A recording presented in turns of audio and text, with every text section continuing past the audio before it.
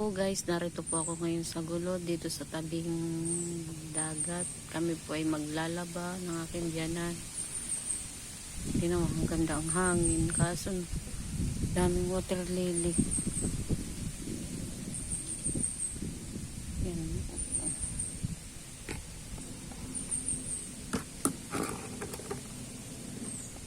Mag-isa lang ako rito at wala pa ang aking biyanan. Nakatakot. Yan po ang kanyang nilalabhan, iniwan niya. Ito po ang ano ba.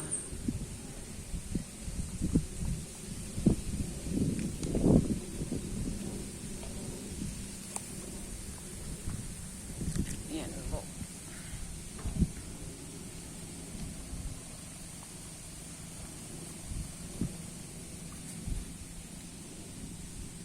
Ito po naman ang babuyan ng Tito Boy.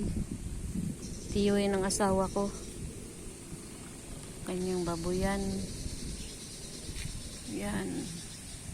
At ayun ang ano, isa pang babuyan. Wala nang mga laman ng mga baboy dahil marami daw ngayon sakit ang baboy. At ito ang pala kangkungan.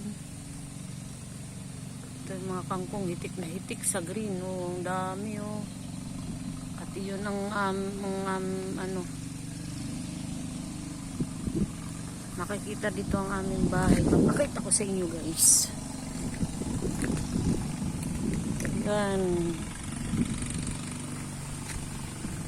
Hindi pa tapos ang aming bahay. Napakalawak ng kangkungan. Daming water lily. Water lily.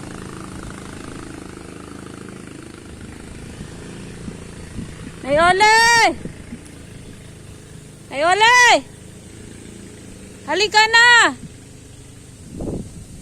Hitik na hitik sa dami ng kangkong.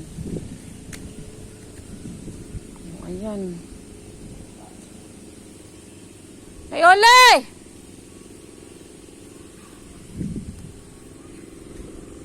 Oh, tanaw na tanaw ang biwok sa aming lugar. Ayan ang biwok. Biwok ng Gulod. Talim Island. Ayan po. Laki ng ibinaba ng tubig oh. Ito po mga ano.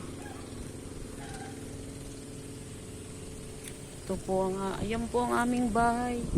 Di pa tapos. Pero yung malaki na yan, di yan namin. Yung itong maliit lang, itong may ano. Sa kapatid po yan ng aking asawa. Yan. Yan lang po. At dito na hanggang dito na lang po. Bye-bye!